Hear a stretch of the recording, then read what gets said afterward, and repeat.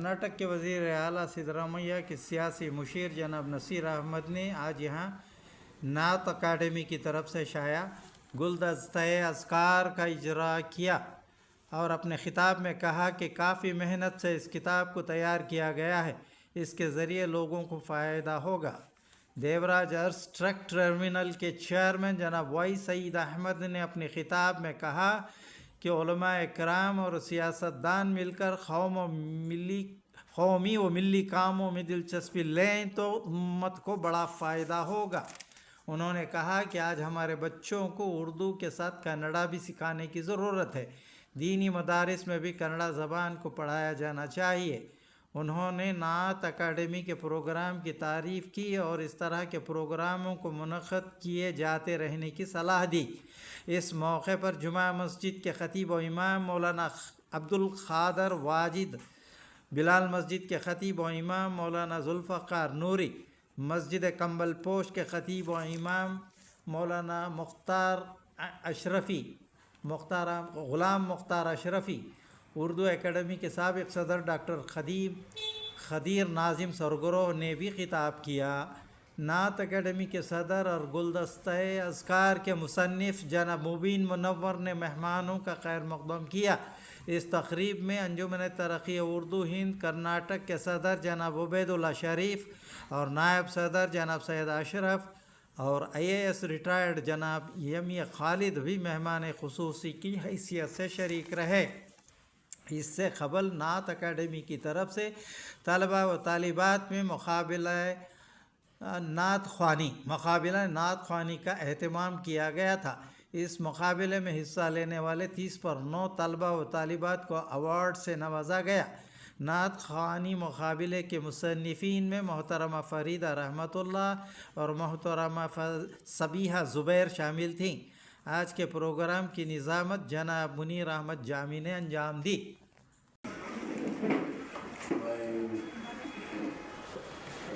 نعت اکیڈمی کرناٹک کے صدر اور جناب منور صاحب، شریف صاحب، کافی دیر کے بعد یہاں پر پہنچا ہوں اور پروگرام میرے خیال سے تقریباً 11 بجے سے شروع ہوا ہوگا۔ کافی یہ کتاب دیکھ کر معلوم ہوتا ہے کہ بڑی محنت ہوئی ہے۔ اس میں صرف نعت، اس کے ساتھ ساتھ کافی احادیث ہیں، معجزات ہیں، درود شریف ہے، ریسرچ بھی ہوا ہوگا۔ یہ آپ لوگوں نے ٹیم بنا کر اس کی آزاد کاپیز بنائی ہے اور میں سمجھتا ہوں کہ اس کے ذریعے سے صحیح لوگوں تک پہنچنا چاہیے اور اس سے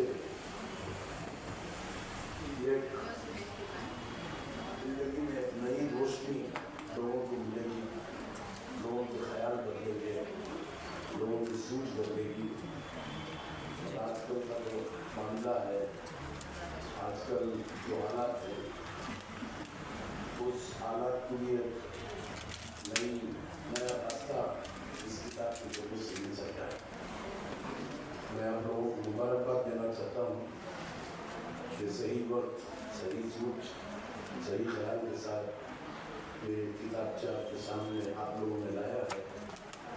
انشاءاللہ اس سے بہت فائدہ ہوگا، خاص کر لوگوں کے اندر مذہبی تعلیمات کے ساتھ ساتھ اسلامک کلچر اور ہماری ہسٹوریکل بیک گراؤنڈ وغیرہ اس کتاب کے ذریعے سے ریسرچ پہنچانے کی آپ لوگوں نے کوشش کی ہے۔ میں سمجھتا ہوں کہ اس سے بہت سارے لوگ اس سے پیدا ہوتے ہیں۔ بس اس چند الفاظ کے ساتھ میں اپنی جگہ رکھتا ہوں۔ خدا حافظ۔ منور صاحب جو ہمارے تقریباً 30-35 سال سے ہماری دوستی ہے، اور ساتھ ساتھ میں جناب عبید اللہ شریف صاحب جو ہمارے پارٹی کے وائس پریزیڈنٹ بھی ہیں،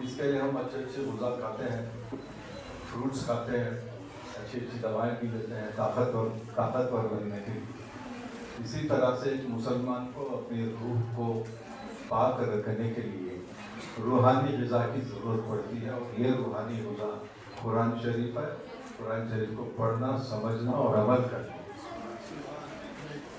آج کے ماحول میں اگر جتنا ہو سکے ہم بچوں کو ان باتوں کو سمجھا سکے مولانا، تو بڑی اچھی بات ہوگی، اس لیے کہ ہم جیسے لوگوں کو گلیوں کوچوں میں جانا پڑتا ہے، دیکھنا پڑتا ہے کہ وہاں پہ حالتیں کیا ہیں، کبھی کبھی آنکھ میں آنسو آ جاتے ہیں دیکھنے کے بعد میں ہمارے قوم کے لوگ کس طرح سے کیڑے مکوڑوں کی طرح جی رہے ہیں۔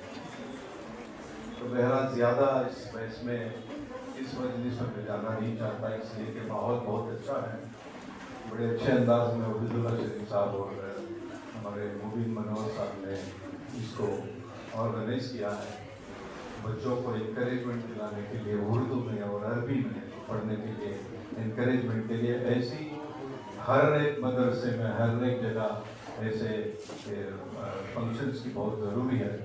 اتنا کہتے ہوئے ہم سے جو بھی مدد نہیں بولتا، آپ لوگوں کے ساتھ جس طرح کا بھی کوآپریشن چاہیے، مدد تو اوپر والا کرتا ہے، مجھے بھی وہی مدد کرتا ہے۔ کوآپریشن کے لیے جب بھی جو بھی ضرورت پڑے گی آپ ہم لوگوں کو ایک آواز دیجیے، ہم آپ کے ساتھ کھڑے رہیں گے، اتنا کہتے ہوئے، اور میں آپ لوگوں سے اجازت بھی لینا چاہتا ہوں، اس لیے کہ میرے کارپوریشن کی ایک میٹنگ ہے، اس میں مجھے 5 بجے پہنچنا ہے، تو آپ لوگوں سے اجازت لیتے ہوئے میں اس بات کو اپنی بات کو ختم کرتا ہوں۔ السلام علیکم۔